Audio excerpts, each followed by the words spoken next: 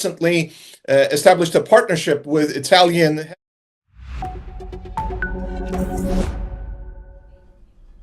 Hello and welcome. I am Devika Chopra and you're watching NewsX World. Let's take a look at the headlines.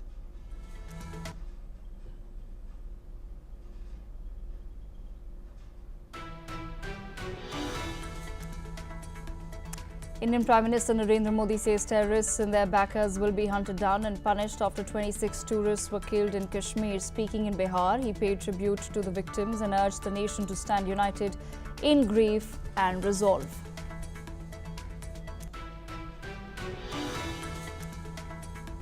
A reported 9 people have been killed and over 63 have been wounded in a Russian missile strike in Kyiv. The attack on the Ukrainian capital has seen residential buildings damaged and the search for people under rubble is underway.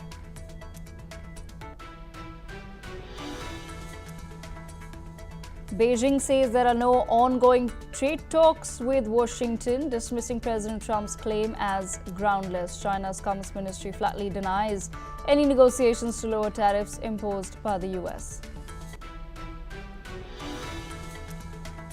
US President Donald Trump and Ukrainian leader Volodymyr Zelensky have clashed once again over the ending of the Russia-Ukraine war as Trump slams Kyiv's refusal to accept Russia's hold on Crimea.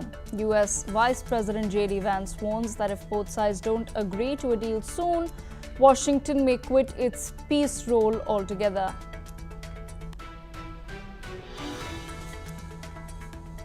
After January clashes involving 23 rebels, the Democratic Republic of Congo and Rwanda have vowed to pursue peace. A deal signed in Doha offers a rare sign of hope that the long-running conflict could see a turn towards calm.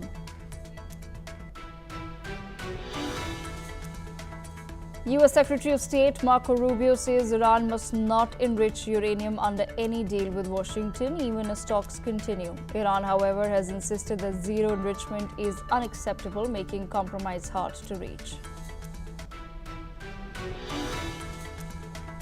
Canada's Prime Minister Mark Carney has campaigned in British Columbia, a key swing region ahead of Monday's national election. His Liberals lead in Ontario and Quebec, while Poilievre's Conservatives hold strong in the prairies.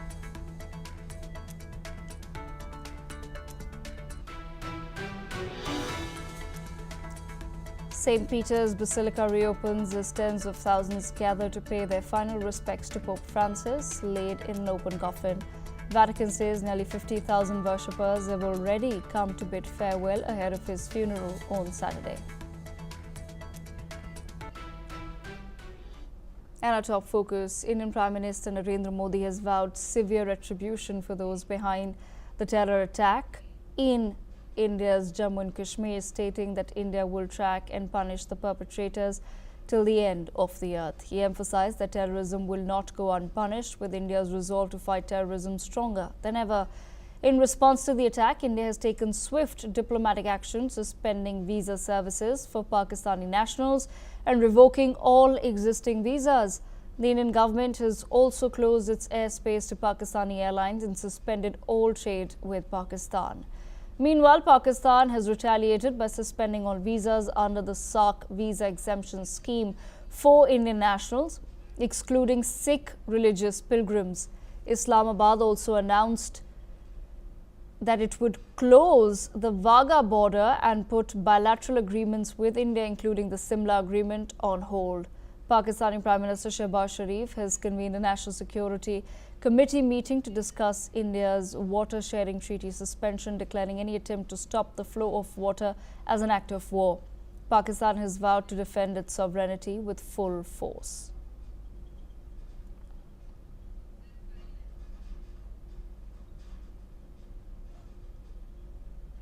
I have with me my colleague Brian Thomas joining us from Srinagar in Jammu and Kashmir, India. Brian, what is the latest development that you're picking up from the ground firstly?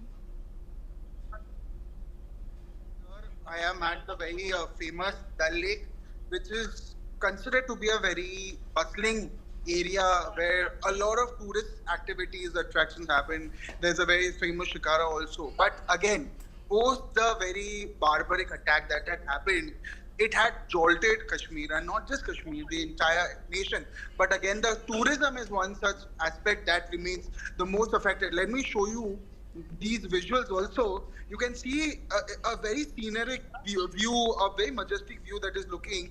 But you see on the other hand, how alarming this looks, because this is a peak season, right? And at this point of time, you expect a lot of tourists to come, and they were coming until this very incident that has happened. And after that, many tourists had to book their tickets and go back to their respective places. The shikharas there on the left hand side, when you see there, most of the shikharas are stranded, and there are hardly any tourists or tourists who are actually on shikara. This entire place, which is once filled with a lot of tourist attractions, is literally remains vacant and stranded. You can see this area also, this entire tourist friendly area, there's hardly any tourists, there's no one, there's just locals and maybe us. So it has severely impacted the tourism industry, the tourism aspect also. In Kashmir, the hotels have suffered major losses. The shikhara owners, the small restaurant owners, small hotel owners, they are experiencing heavy impact because of the tourism that has clearly been affected here. Yes, Devika. Brian, what exactly are the locals really telling you at this point in time? You've said that there is a major impact on tourism that can be seen already, but are lots of tourists now returning from Kashmir, and how exactly are the locals feeling at this point in time with the major hit tourism will take? Because essentially summers, the months of April, May and June are supposed to be some of the busiest months of the year.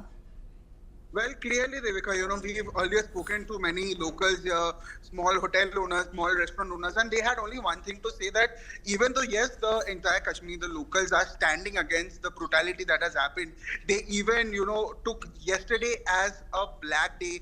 They were wearing black, they were hovering black flags, wearing black shirts. The shopkeepers had to close down their shops, and they were on ground protesting against the brutality. But clearly, the tourism aspect has clearly being affected heavily at this area. Again, I like to show you, this entire place looks vacant also. The shikharas also that should be on water, taking tourists from one place to another to show them around, is clearly stranded on the left hand side. All major shikharas, most of the shikharas, just 2 or 3 shikharas are actually on water with maybe 1 or 2 tourists who are here. But most of the shikharas on the left hand side are stranded there. This entire place that should be at this very point of time, when you said it's summers and it is a peak season, should be on water, but they are all stranded, and they are hoping that they are also wondering, and it's a big loss for them also, because it is clearly affecting their businesses itself heavily. Okay, Brian, thank you so much for joining us. We also have Brigadier